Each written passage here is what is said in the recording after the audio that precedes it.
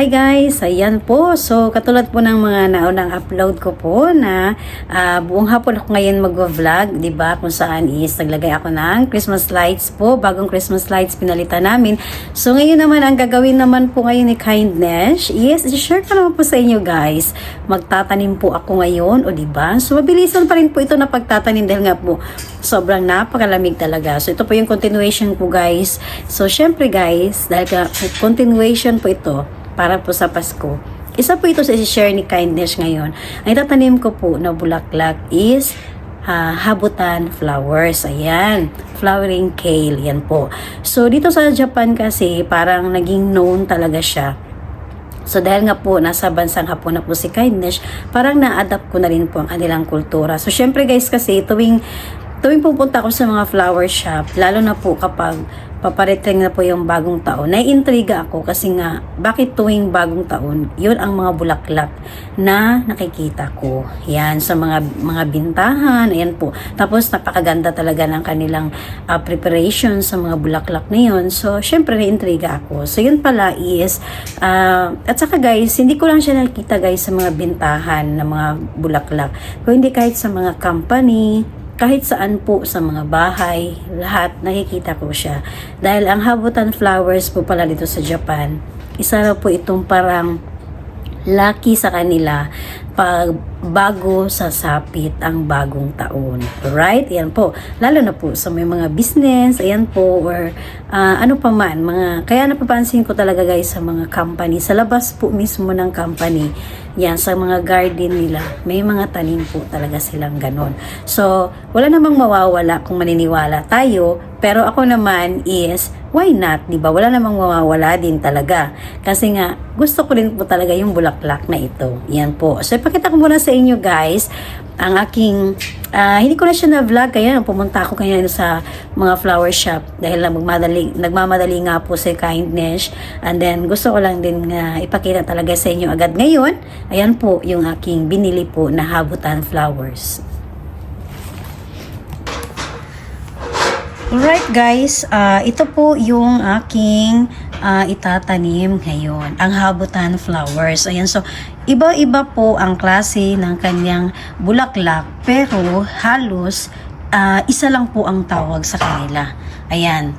So ito po guys. So maliliit ang binili ngayon ni Kindness. Ayan, dahil nga po itatanim po natin ito. Ayan, 'di ba?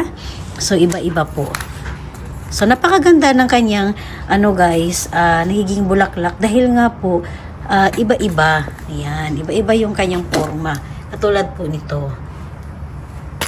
Diba? Pakita ko lang po talaga muna sa inyo bago natin ito itanim ngayon. Ayan, so very cute. Yan po. Mga cute pa talaga siya. Binili ni Kindness. Ayan. So, meron naman akong nakapagsubaybay po naman ng aking, kung saan bumili po ako ng mga fresh flowers noon na decor ko po sa aking paparating na Pasko po at bagong taon. So, ito po siya guys, malalaki. Ayan. O, diba? Ayan po. Okay? Ayan. Kasi lalaki po siya. So, ganyan ang kanilang pag-set up. Nalagay sa malaking paso. Ayan po. So, binili na agad yan ni Kindness, diba? Ayan po yung aking na vlog po noon. Ayan. Kaya lang, medyo sad ako guys dahil nga biglang humangin, may isa akong bulaklak na na-damage. Ayan. Yan po. So, okay lang po yan dahil pwede naman din natin maghanap po tayo ng kapalit niyan. Katulad po niyan guys, may hangin. Tapos nasa work po si Kindness. So, hindi ko siya nababantayan. Ayan, yung anak ko lang talaga ang hinabol niya yan. Ayan, actually guys, nandito pa nga yung kanyang, nabali po yung kanyang sanga. Ayan. Ayan po. So, need lang po natin yan na palitan siguro din. So, ayan naman po ang kanyang, isa sa mga, habutan flowers po na binili ko po. Di ba, napakaganda po talaga. Pero this time, yung ibibili po ngayon, yung nabili po ngayon ni Kindness na maliliit na mga habutan flowers na to, dito ko po ito ngayon itatanim. Alright? Ayan. So, kung napansin nyo po guys, purya-buyag no, ang akong alugbati, hindi ako makapaniwala guys, umabot talaga siya ngayon hanggang December. O diba, hindi ko na nga lang ito guys, hindi ko na siya inintindi pa Ayan. So actually talaga magtuloy-tuloy pa to. Pero lang hindi na namin to dinidiligan. Kasi nga may plano na rin akong tatanggalin na siya. Dahil may ipapalit na naman po ako na tanim dito. Kasi nga po, sayang din yung lupa ni Kindness. Alright. Ayan po at syempre, simulan ko na po ito magtanim ngayon. Alright guys, at syempre, nakahanda na yung ating basura. Yung ating plastic para sa basura. Ayan. Kaluis akong alugbati guys. Pero sorry. Thank you. Dahil talagang natikman ko rin talaga siya. Ayan na po yung ating alugbati.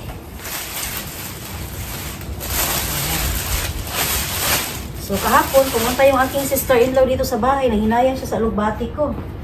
Pero sabi ko, next time ulit magtatanim na naman tayo. Sa ngayon kasi, wala na. Di na rin kasi ito kapakinabangan pa. Okay. Grabe giday oh.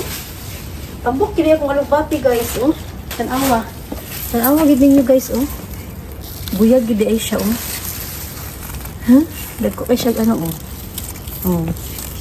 Buyag gid kayo akong alugbati guys. Unang medyo ano gid ay tambok gid ay pagka. Yan ang pura buyag gid ay siya. So ang thank po talaga. Yan. Maraming salamat dahil nakailang ano ako nito. Ilang harvest tayo. O, diba? Right? Okay. Oh.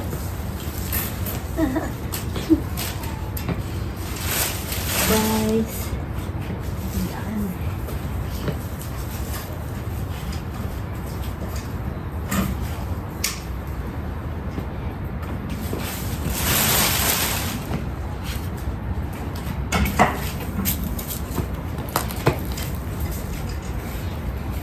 Mga turok-turok.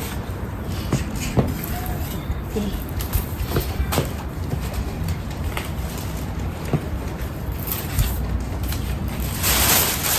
Kami giday magtanong-tanong no kay alam mo yung parang exercise po guys.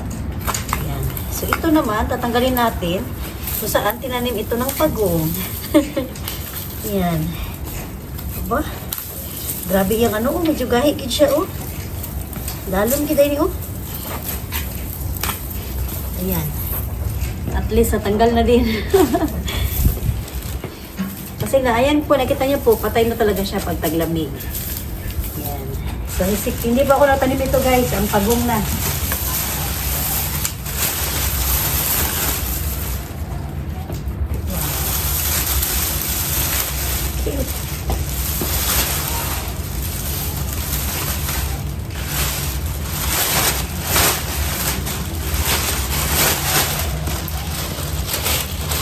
Guys, at nalinis na rin po natin.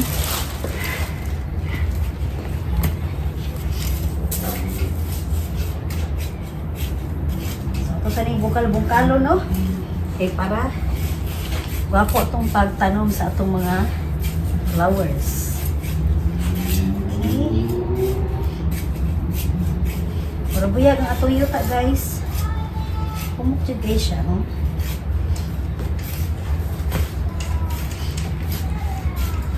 So, ganito lang talagang ginawa ni Kindness, guys. Kahit malamig.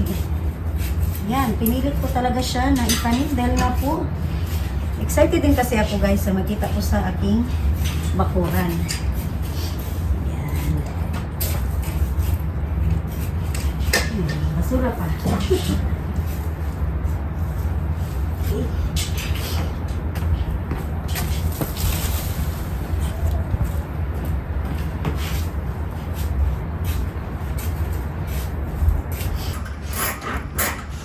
Alright guys, ayan. So, nakabutas na po si Kindness. Yan po.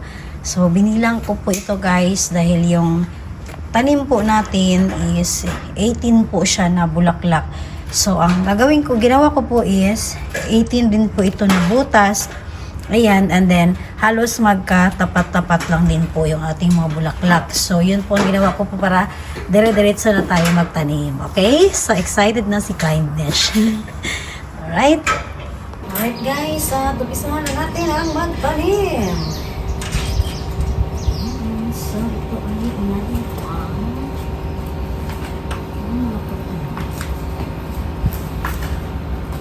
hindi na lang ito eh.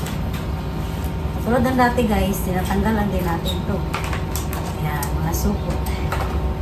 So, itanim lang natin.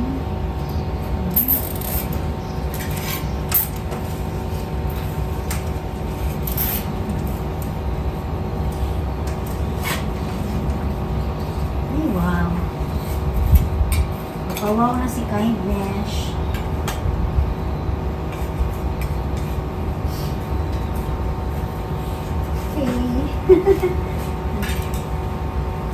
Bilis lang guys. Tatanim natin.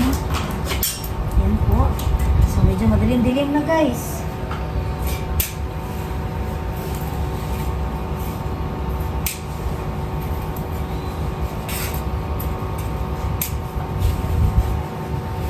So wow boy.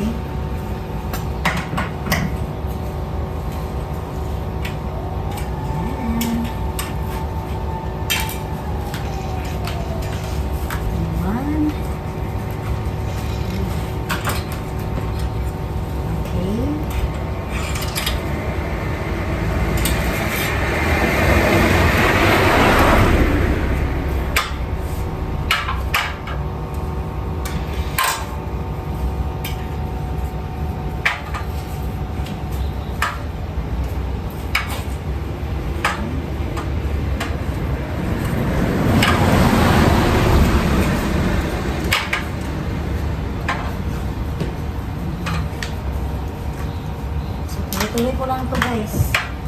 Enjoy talaga ako dito guys.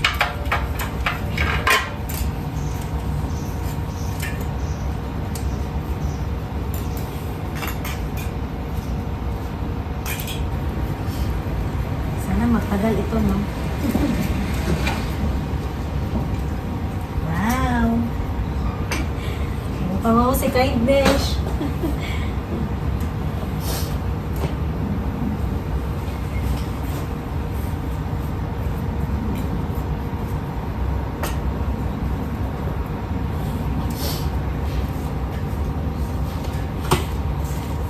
Naman tayo guys. Diba?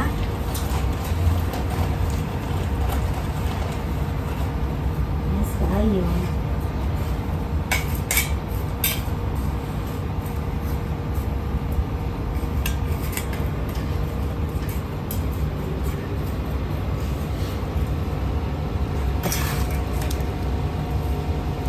Dilim na talaga guys. Okay.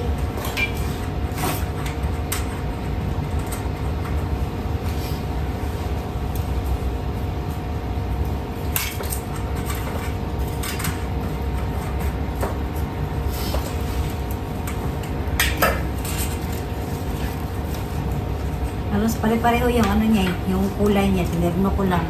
Magkahilira sila guys. Diba? Space siya kaya para nakaginawa sila ba?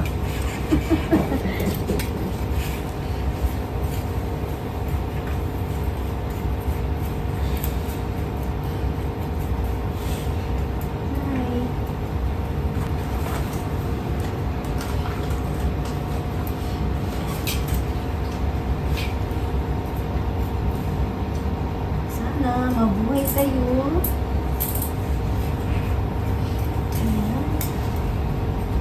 Diba kahit pa paano guys, hindi na sayang yung lupa ni Kindness.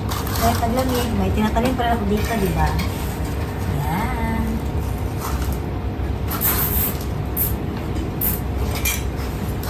Makalingaw gid guys, no? Magtanong-tanong. Yan, sabi ko guys, kapag magstay na ako sa Pilipinas, gusto ko talaga may lupa ako doon para magtanim-tanim na lang ako ba. Update na lang, update ko sa inyo guys. Siyempre kasi pagtatanda tayo, kailangan talaga natin na mag-ano na lang guys, magtanim-tanim na lang siguro, no?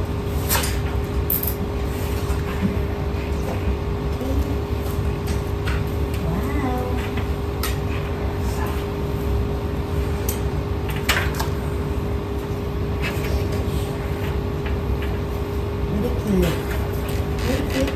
flowers. Right guys, dito na tabang yung banda guys. Konting-konti na lang, natapos sa second fish. Grabe na katugnaw ba?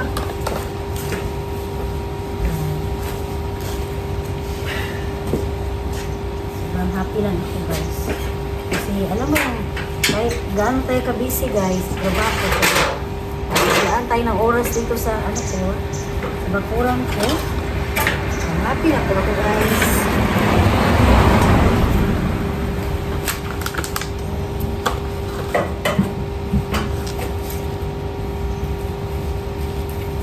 Wow.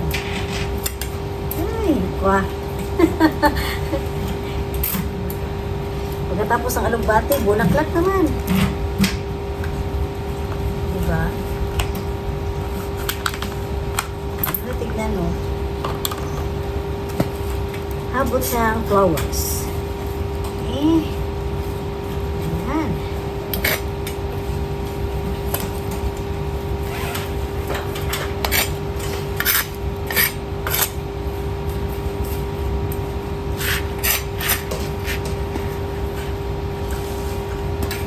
Tatlo na lang po. Pantay-pantay ko lang kanyang ano guys, ang kanyang mga kulay. Nakahilira.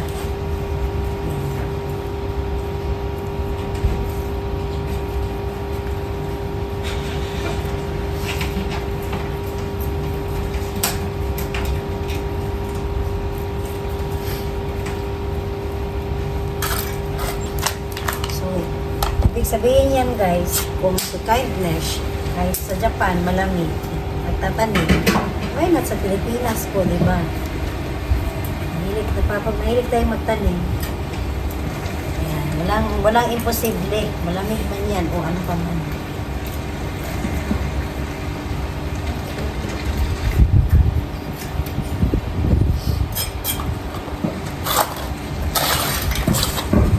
Ayan, panghuling panim ni kindness. Yan, pang last up. Manatapos na rin tayo. Diba? Wow! Happy si kindness guys kasi kahit paano nagawa ko pa rin po ito. Habang katrabaho ako, ito yung mga iniisip ko and excited ako na gawin siya. Okay. Ayan na po guys, tapos na po tayong nagtanim ng ating habutan flowers. Alright? So yan po kasi is maliit pa po siya. Kaya may mga ginawa ko po is parang may distansya po talaga siya. Kasi para katulad po nito guys, makabuelo pa siya sa kanyang pamumukadkad. Ayan. At ito rin po. Ayan. So, nilagyan ko lang talaga siya ng mga space. Eh. Diba? Nice kayo yung ano ba, no? Flowers. Ayan. So, ano po to guys? Welcome po ito ni Kindness sa taong 2025. Ayan. So, mas maganda ito kapag na talagang mawukadkad na siya halo. Kahit nga ngayon guys, kahit maliit pa siya, pero ang ganda na plating niya. Ayan. So, set na po yung ano ni Kindness ngayon sa ating bagong taon, ang aking bakuran na naka-uniform talaga. Ayan, di ba? Yung ating mga fresh na mga pinaglalagay. Ayan, mga Christmas decor. Yung ating money tree. Ayan po. Okay. Yan, yung ating habutan flowers. So, ganyan kasi siya guys. Lalo pa siyang mamukadkad. Kaya nilagyan ko talaga siya ng space. Alright? Yan. So, at least kayo paano. Tapos na po si Kindness. Bago magdilim. Alright guys, at ayan po, tapos na po si Kindness magtanim ng ating habutan flowers po at sana is nag-enjoy rin po kayo sa aking isa na naman po na binahagi po sa inyo sa aking bakuran po. Ayan, so maraming salamat po talaga sa inyong panonood palagi. Ayan, so ako na po yung papaalam sa inyong lahat guys dahil talagang sobrang napakalamig na po talaga at kung napansin niyo po yung kamay ko, ayan, wala na. Magliki-liki na po ni siya. So kailangan maglagay na lang tayo ng cream, di ba? So ayan po at muli ako yung papasalamat po sa inyong lahat. Bye guys! Arigatou gozaimasu!